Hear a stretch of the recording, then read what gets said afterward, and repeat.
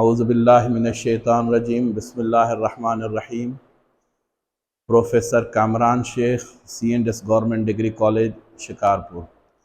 जैसा कि कल हमने अनाउंस किया था कि entry test, MD CAT, E CAT से रिलेटेड हम लेक्चर्स रखेंगे। आज हमारा फर्स्ट लेक्चर स्टार्ट कर रहे हैं। Lecture one.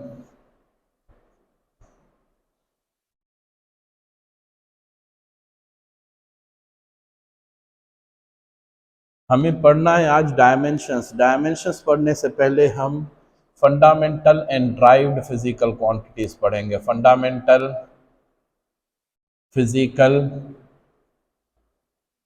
क्वांटिटीज। अब फंडामेंटल फिजिकल क्वांटिटीज वो हैं those physical quantities which are independent of other physical quantities, जो दूसरी फिजिकल क्वांटिटीज पर डिपेंड ना करें, जो दूसरे से बनी हुई ना हो। फंडामेंटल फिजिकल क्वांटिटीज हमारे पास हैं 7। देयर आर 7 फंडामेंटल क्वांटिटीज जो दूसरे चीज़ों पर डिपेंड ना करें, दूसरी फिजिकल क्वांटिटीज पर डिपेंड ना करें, जो इंडिपेंडेंट हो। सपोज फॉर एग्जांपल, हम यहाँ पर डेफिनेशन बाद में लिख रहे हैं, पहले समझिए आप। फंडामेंटल हमारे पास है, जैसे लेंथ है, लेंथ फंडामेंटल फिजिकल क्वांटिटी है। और अगर इसका SI यूनिट पढ़ें तो लेंथ का SI यूनिट मीटर होगा और इसकी सिंबल हम एम लिखते हैं। अगर अगर हम मास का SI यूनिट है किलोग्राम, ये भी फंडामेंटल है, किलोग्राम, और इसकी हम सिंबल लिखते हैं kg। इसके बाद टाइम भी फंडामेंटल है। टाइम का यूनिट SI यूनिट होता है सेकंड, और इसकी हम सिंबल ये ऐसे यूनिट सेकंड लिख दिया हमने। उसके बाद करंट, इलेक्ट्रिक करंट। करंट भी फंडामेंटल फिजिकल क्वांटिटी है, जिसका SI यूनिट एम्पियर होता है। एम्पियर हम A से शो करते हैं। उसके बाद टेम्परेचर, थर्मोडायनामिक टेम्परेचर। टेम्परेचर का SI यूनिट केल्विन होता है, और हम इसके SI यूनिट को K से शो करते हैं। इसके बाद हम पढ़ते हैं अमाउंट ऑफ सब्सटेंस। इसका SI यूनिट होता है मोल, इसको हम मोल से ऐसे शो करते हैं। और luminous intensity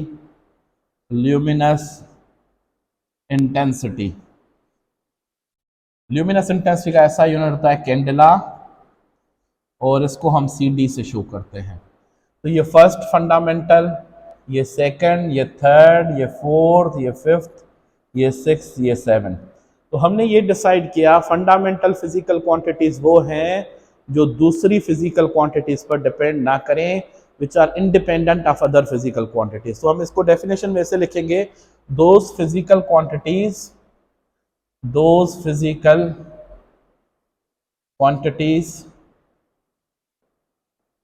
which are independent of other physical quantities। वो फिजिकल क्वांटिटीज जो दूसरे पर डिपेंड ना करें वो तो फंडामेंटल हो गई। अब दूसरी होती हैं derived physical quantities. Derived physical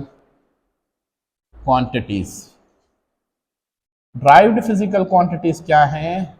simple हम कह रहे हैं जो दूसरों पर डिपेंड करें, जो दूसरी फंडामेंटल क्वांटिटीज से मिलकर बने। सपोज फॉर एग्जांपल, जैसे हमने लिखा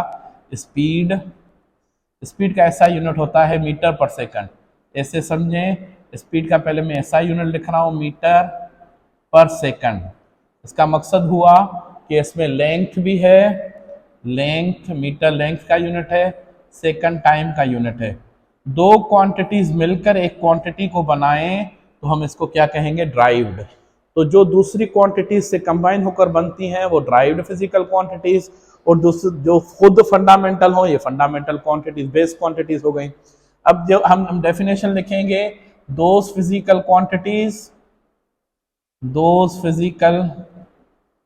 quantities which depend upon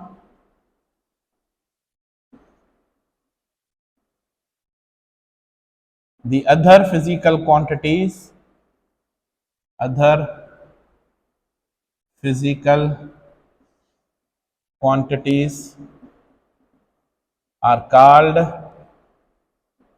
derived physical quantities.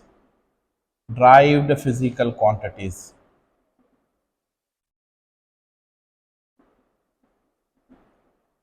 For example दूसरा भी एग्जाम्पल देखें, सपोज मैंने लिखा यहां पर डेंसिटी।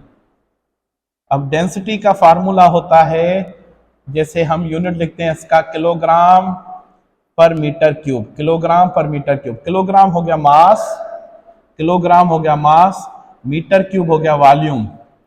ये देखें, फिर वॉल्यूम को भी अगर हम कहेंगे तो वॉल्यूम भी ड्राइव्ड है। तो दूसरी क्वांटिटी से मिलकर जो क्वांटिटी बनती है उसको हम क्या कहते हैं, ड्राइव्ड। अब इसके एग्जांपल्स में हम लिखें, स्पीड जैसे हमने पढ़ा, वेलोसिटी है, वेलोसिटी भी ड्राइव्ड है, एक्सेलरेशन है, एक्सेलरेशन भी ड्राइव्ड है, force, force, work, power, etc., ये सारी ड्राइव्ड फिजिकल क्वांटिटीज हो गई। तो फंडामेंटल फिजिकल क्वांटिटीज वो हैं जो दूसरी क्वांटिटीज पर डिपेंड ना करें, ड्राइव्ड फिजिकल क्वांटिटीज वो हैं जो दूसरी क्वांटिटीज पर डिपेंड करें। अब आप लोग, आप बच्चे इसका स्क्रीनशॉट ले लेना, आप स्क्रीनशॉट ले लें तो हम आगे चलते हैं। हमारा मेन आज जो पढ़ने का टॉपिक था वो है हमें डायमेंशंस पढ़ना है। डायमेंशंस के पढ़ने के लिए हमें ये पहले पढ़ना जरूरी था, तो ये हमने पहले बेस को कवर किया। अभी हम डायमेंशंस की तरफ आ रहे हैं। Dimensions are the power to which fundamental physical quantity raises to express derived physical quantity. दोबारा सुने, dimensions are the power to which fundamental quantity raises to express derived physical quantity. हम डेफिनेशन बाद में लिख रहे हैं, पहले समझें। डायमेंशंस को हम जो रियल मेथड है वो ये है, पहले रियल मेथड समझें, फिर हम entry test point of view से थोड़ा क्विक पढ़ते जाएंगे, फिर छोटी छोटी चीजों को हम छोड़कर ट्रिक्स पर डायरेक्ट आ जाएंगे। देखें आप, डायमेंशंस की डेफिनेशन में बाद में लिख रहा हूं। सपोज फॉर एग्जांपल यहां पर मैं लिख रहा हूं, सपोज एरिया। एरिया का यूनिट होता है मीटर स्क्वायर, तो इसका डायमेंशन होगा एल इंटू एल, तो ये हो गया एल स्क्वायर, एल स्क्वायर हो गया। तो इसको लिखने का तरीका यह है कि इसको स्क्वायर ब्रैकेट में बंद करते हैं, स्क्वायर ब्रैकेट में बंद करते हैं। डायमेंशन को लिखने का तरीका है स्क्वायर ब्रैकेट में बंद करते हैं इसको। अब हम डेफिनेशन की बात करें कि ये fundamental quantity, dimensions are the power, इधर मेरी बात को समझें, dimensions are the power through which fundamental quantity raise to express derived physical quantity. अब एरिया ड्राइव थी, कितना पावर है फंडामेंटल क्वांटिटी रेज हुई है। जैसे लेंथ फंडामेंटल है, कितनी राइज हुई है, 2। तो डायमेंशन अगर एरिया का मालूम करें तो लेंथ पावर 2 राइज हुई। अगर इसमें देखो मास कितना राइज हुआ, मास तो है ही नहीं, तो इसको लिखने का तरीका ये है कि मास नहीं है तो मास 0, लेंथ जो है लेंथ 2 राइज हुई। और टाइम कितना राइज हुआ फंडामेंटल, ये तीनों बेसिक हम क्वांटिटीज लिखते हैं, टाइम कितना राइज हुआ, टाइम भी 0। असल डायमेंशंस लिखने का तरीका ये है कि स्क्वायर ब्रैकेट में बंद करें, ये एरिया का डायमेंशन हो गया। अब इतना जो मेन कॉन्सेप्ट बता रहा हूं आपको, बाकी क्या है, जब हम entry test point of view से सॉल्व करते हैं तो हम इतना ख्याल नहीं करते कि ये तीनों लिखें, बस हम ऐसे ही एल स्क्वायर ही लिख सकते हैं। ठीक है, आगे देखें, मैं इसकी डेफिनेशन लिखूं। Dimensions are the power to which fundamental quantities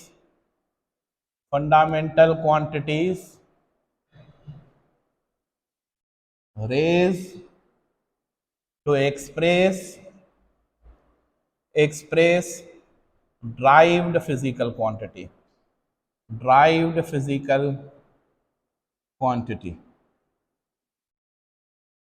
dimensions का असल जो है, अभी जैसे समझें, सपोज फॉर एग्जांपल लेंथ का यूनिट होता है मीटर, एसआई यूनिट मीटर। एक बात समझाता चलूं आपको, कुछ डायमेंशंस हम इसके यूनिट से निकालेंगे, कुछ डायमेंशंस हम निकालेंगे इसके फार्मूला से। जैसे हमें इजी लगेगा हम वो मेथड फॉलो करेंगे।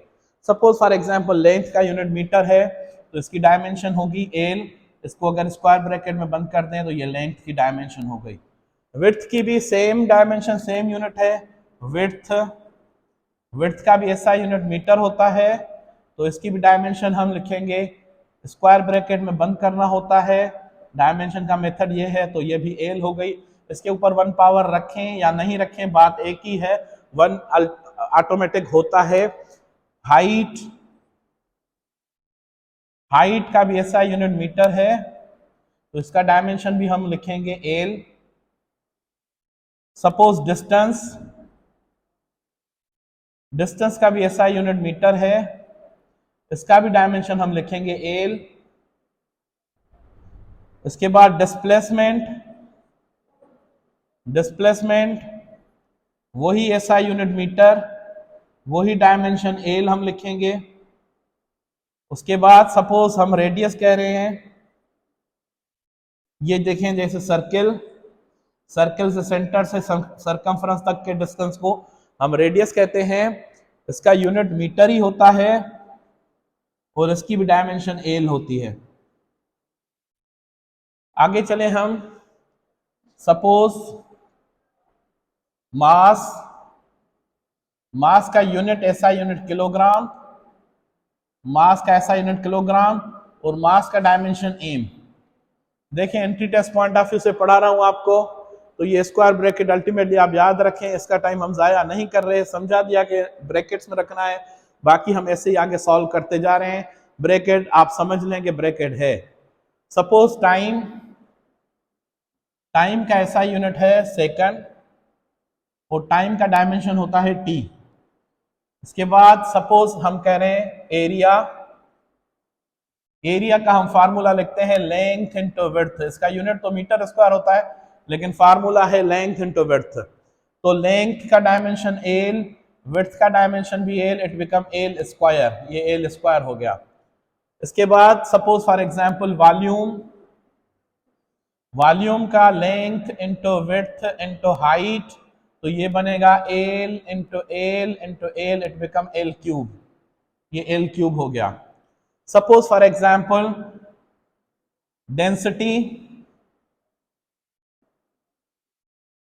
डेंसिटी का फार्मूला है मास पर यूनिट वॉल्यूम, मास पर यूनिट वॉल्यूम। यहां पर हम लिख रहे हैं मास का डायमेंशन तो होगा एम और वॉल्यूम का अभी हम फाइंड करके आए हैं एल क्यूब, तो एल क्यूब रखेंगे, एम अपान एल क्यूब, इसको स्टैंडर्डाइज फॉर्म में रखें। एम एल पावर ऊपर आ जाएगा तो एल की पावर -3 हो जाएगा, तो एम एल पावर -3, ये डायमेंशन हो गया डेंसिटी का। सपोज फॉर एग्जांपल स्पीड का ऐसा यूनिट होता है मीटर पर सेकंड। मीटर हम कहेंगे कि लेंथ और सेकंड टाइम ऊपर आ जाएगा, तो ये हो जाएगा लेंथ इंटू टी पावर -1, ये हो गया स्पीड का डायमेंशन। इसके बाद हम मालूम कर रहे हैं वेलोसिटी का, स्पीड और वेलोसिटी का यूनिट सेम है, तो इन दोनों का डायमेंशन भी सेम होगा, ये वही मीटर पर सेकंड। मीटर मीन्स हम लेंथ लिखेंगे, सेकंड मीन्स टाइम, ये ऊपर आ जाएगा तो एल टी पावर -1 हो जाएगा। इसके बाद हम लिख रहे हैं एक्सेलरेशन, क्विक थोड़ा इस वजह से पढ़ रहे हैं, बहुत सारे डायमेंशन हमने कवर करने हैं, आप भले स्लो स्पीड से आहिस्ते आहिस्ते स्टॉप करके देखिएगा। एक्सेलरेशन मीटर पर सेकंड स्क्वायर, मीटर हो गया लेंथ, सेकंड स्क्वायर तो एल टी पावर -2 हो गया, एल टी पावर -2, बंद करने की जरूरत ना है। एक्सेलरेशन का एल टी पावर -2 हो गया। अभी स्क्रीनशॉट जो लेना चाहते हैं बच्चे वो ले लें जल्दी से, तो हम आगे चलें, आगे के डायमेंशंस हमने बनाने हैं। इसके बाद एक्सेलरेशन के बाद हम लिखेंगे force F is equal to M A होता है, आपको पता है मास इंटू एक्सेलरेशन होता है। देखें इधर, तो फोर्स की डायमेंशन, फोर्स की फार्मूला है F is equal to M A mass into acceleration. Mass की डायमेंशन तो हम एम पढ़ चुके हैं, एक्सेलरेशन की डायमेंशन हमने फाइंड की है एल टी पावर -2, तो यहां पर लिखेंगे हम एल टी पावर -2। ये हो गया फोर्स का। फोर्स के बाद सपोज हम निकाल रहे हैं वर्क का। Work is equal to force into displacement. Force into displacement, ये वेक्टर की सिंबल दी, फोर्स भी वेक्टर है, डिस्प्लेसमेंट भी वेक्टर, जबकि वर्क स्केलर है तो स्केलर प्रोडक्ट की वजह से मैंने डॉट यहां पर शो कर दिया। फोर्स का डायमेंशन हमारे पास है एम एल टी पावर -2, ये तो हो गया फोर्स का। इसके बाद हमें रखना है डिस्प्लेसमेंट का। डिस्प्लेसमेंट का एल होगा, तो अब तीनों को हम सीधा करके रखें, एम तो एम ही आ गया, उसके बाद L into L become L square और टी पावर -2। ये हो गया हमारा वर्क का डायमेंशन। वर्क और टार्क का डायमेंशन सेम होता है। वर्क और टार्क का डायमेंशन सेम होता है। टार्क की डेफिनेशन है R cross F. R cross F. R हो गया moment arm. Moment arm radius वाला डायमेंशन एल। उसके बाद फोर्स। फोर्स का डायमेंशन आपके सामने लिखा हुआ है M M L T power -2। Solve करेंगे तो आंसर आएगा M L into L L square T power -2। ये हो गया टार्क का। देखें बेटा, वर्क और टार्क का डायमेंशन सेम है। जैसे फोर्स और वेट का डायमेंशन सेम होगा, उससे पहले में acceleration due to gravity, acceleration due to gravity जिसको स्मॉल जी से शो करते हैं, जिसकी वैल्यू है 9.8 मीटर पर सेकंड स्क्वायर। देखें ये भी एक्सेलरेशन है, मीटर तो एल हो गया upon second square. Second square का मकसद ये है कि टाइम का स्क्वायर, ये टाइम स्क्वायर, ये ऊपर आ जाएगा तो माइनस का हो जाएगा एल टी पावर -2। अगर हम देखें एक्सेलरेशन ड्यू टू ग्रेविटी भी एक्सेलरेशन है, इसका यूनिट भी मीटर पर सेकंड स्क्वायर है। मीटर तो लेंथ आ गया, सेकंड स्क्वायर टाइम स्क्वायर, ये एल टी पावर -2 हो गया। और इसको आगे हम देखें वर्क वेट, फोर्स और वेट की डायमेंशन सेम है। Weight W is equal to mg होता है। m मींस मास, मास की डायमेंशन m हो गई। उसके बाद acceleration due to gravity L T power -2, ये एल टी पावर -2, तो आंसर आ जाएगा m एल टी पावर -2। देखिए आप लोग, फोर्स और वेट की डायमेंशन सेम है। अभी हम आगे चल रहे हैं मोमेंटम की डायमेंशन। मोमेंटम को हम P से शो करते हैं, which is equal to mass into velocity. Mass into velocity.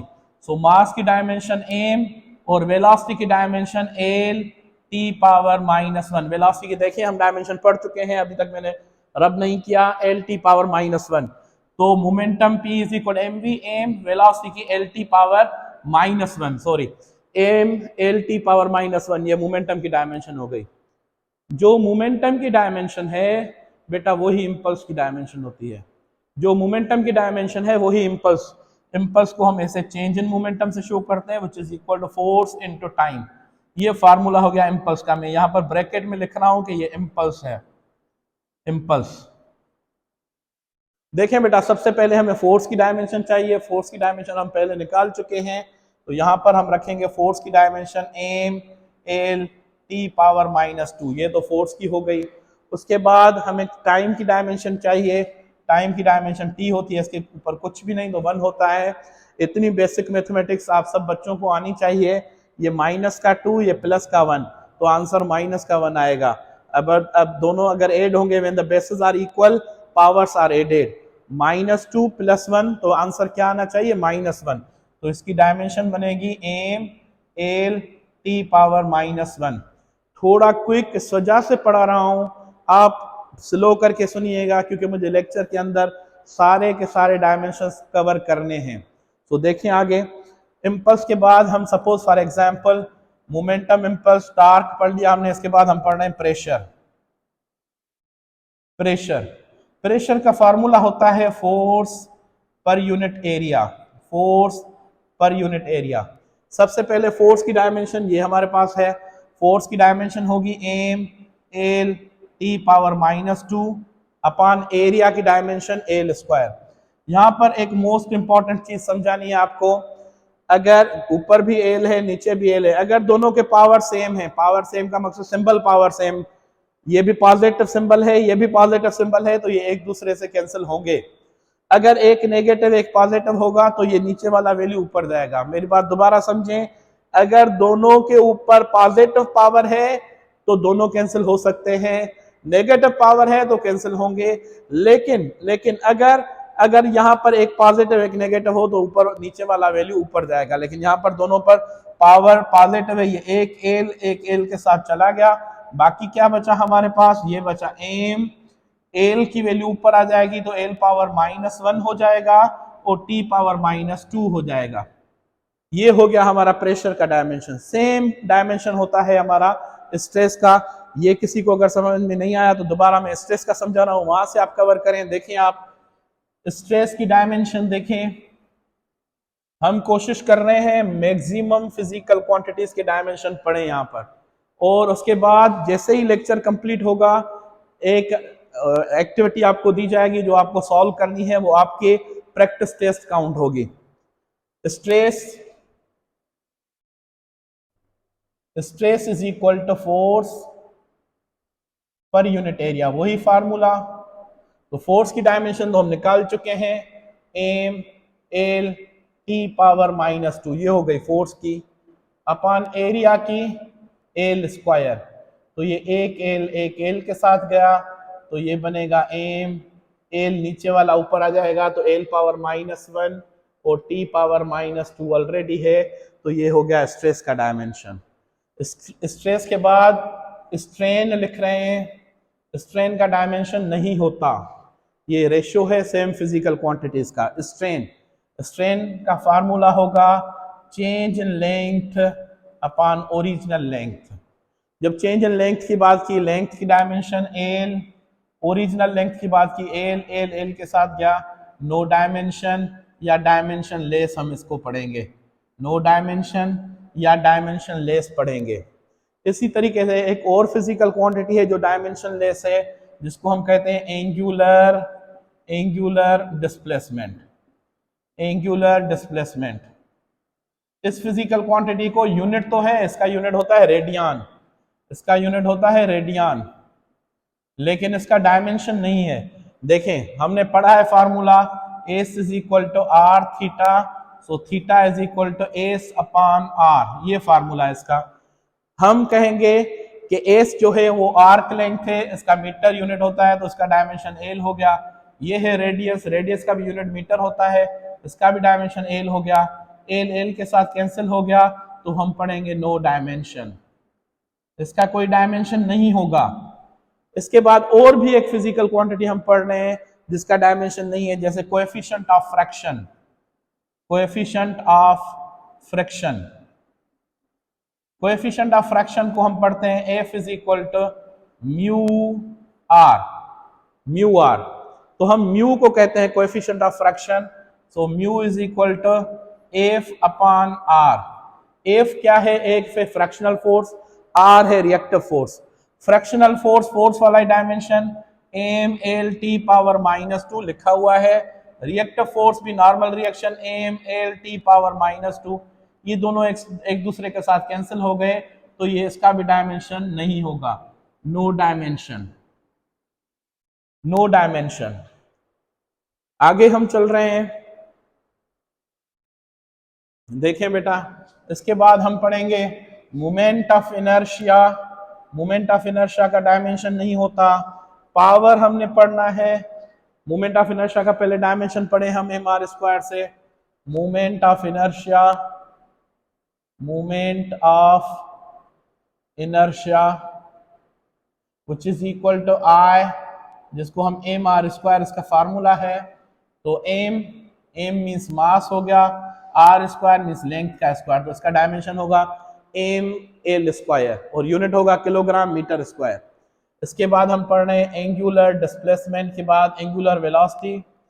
Angular velocity, angular velocity का यूनिट बनता है रेडियन पर सेकंड, रेडियन पर सेकंड। अब रेडियन का आप डायमेंशन पढ़ चुके हो, रेडियन का कोई डायमेंशन नहीं है। जब कोई डायमेंशन नहीं है तो यहाँ पर तो मैंने 1 रख दिया। उसके बाद सेकंड है, सेकंड का डायमेंशन टाइम वाला होता है, टाइम, तो ये टाइम रखा, ये ऊपर जाएगा तो t पावर -1 हो जाएगा। तो एंगुलर वेलोसिटी का डायमेंशन होगा टी पावर -1। इसके बाद हम पढ़ रहे हैं angular acceleration. Angular acceleration radian पर सेकंड स्क्वायर। रेडियन पर सेकंड स्क्वायर। रेडियन का हम पढ़ चुके हैं, कोई डायमेंशन नहीं है तो 1 लिखा। फिर सेकंड स्क्वायर मीन्स टाइम का स्क्वायर, टाइम स्क्वायर तो टी स्क्वायर। इसको हम सॉल्व करेंगे, ऊपर आ जाएगा तो टी पावर -2 हो जाएगा। This is angular acceleration. इसके बाद सपोज फॉर एग्जांपल हम निकाल रहे हैं पावर बराबर work upon time, work upon time या फोर्स इनटू वेलोसिटी, दोनों फार्मूला से निकल सकता है डायमेंशन। वर्क का डायमेंशन है M L square T power -2, हम पढ़ चुके हैं, अपॉन टाइम टी पावर 1। देखें यहां पर वो दूसरी कंडीशन आ गई, जैसे मैंने प्रेशर के टाइम पर आपको कहा था, स्ट्रेस के टाइम पर कहा था, अगर दोनों पॉजिटिव पावर हैं तो कैंसिल हो रहा है। लेकिन यहां पर एक टाइम का पावर पॉजिटिव है, एक नेगेटिव है, तो ये कैंसिल नहीं होंगे, ये डिवाइड नहीं होंगे। तो क्या करेंगे हम, टी को ऊपर ले जाएंगे, टी पावर -1 हो जाएगा। तो हम ऐसे लिखेंगे M L square T power -2 into T power -1, ये ऊपर आ गया। फर्दर सॉल्व करें, आप देखें M L square T power -2 -1 तो ये -3 हो जाएगा। तो ये पावर की डायमेंशन जो है M L square T power -3 बनती है। इसके बाद हम एंगुलर मोमेंटम को पढ़ें। Angular momentum, angular momentum, angular momentum को हम एल से शो करते हैं, which is equal to moment arm into linear momentum.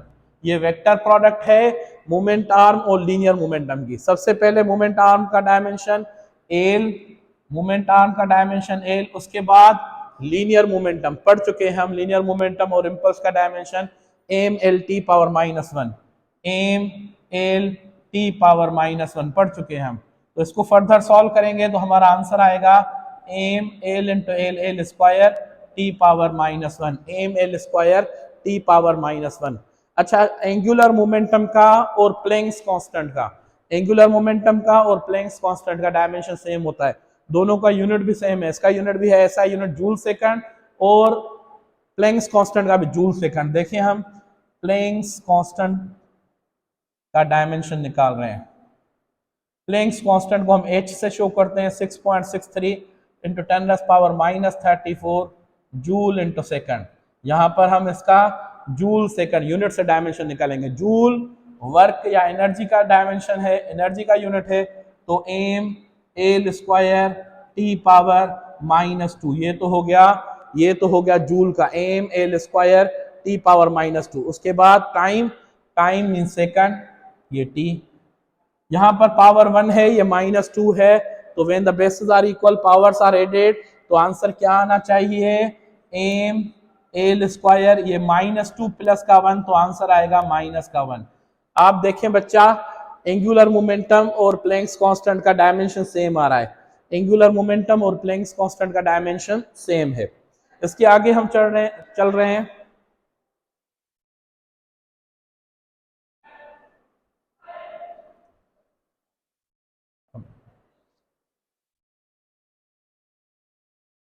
Time period,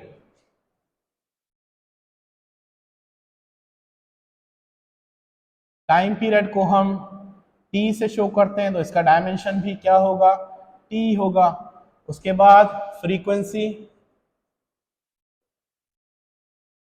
frequency होता है reciprocal of time period, 1 upon time period, 1 upon time period. तो फ्रीक्वेंसी को हम ऐसे लिख सकते हैं T power -1, T power -1। Angular velocity और फ्रीक्वेंसी का डायमेंशन सेम होता है। इसके बाद हम पढ़ेंगे gravitational constant, gravitational constant capital G से शो करते हैं, 6.67 इंटू 10⁻11 न्यूटन मीटर स्क्वायर पर kilogram square, newton metre square पर किलोग्राम स्क्वायर। इसकी हम डायमेंशन निकालेंगे। न्यूटन मीन्स फोर्स वाली dimension M L T power -2, ये तो हो गया न्यूटन। उसके बाद metre square, metre square means length का स्क्वायर। उसके बाद kilogram square, kilogram square means mass का स्क्वायर। दोबारा देखें, न्यूटन, mlt पावर -2, उसके बाद लेंथ मीटर स्क्वायर, उसके बाद किलोग्राम स्क्वायर मीन्स मास का स्क्वायर। फर्दर हम इसको सॉल्व करें, ये एक m के साथ गया, तो अब क्या होगा, ये m की वैल्यू एक ऊपर आ जाएगी, तो m power -1, l square l cube हो जाएगा, और t पावर -2। ये हो गया हमारा ग्रेविटेशनल कांस्टेंट का डायमेंशन। अभी आपको इसके बाद मैं एक्टिविटी दे रहा हूं, जो डायमेंशन आपको सॉल्व करने हैं, फिर नेक्स्ट वीडियो लेक्चर में वही डायमेंशन में आपको सॉल्व करवाऊंगा। Thank you.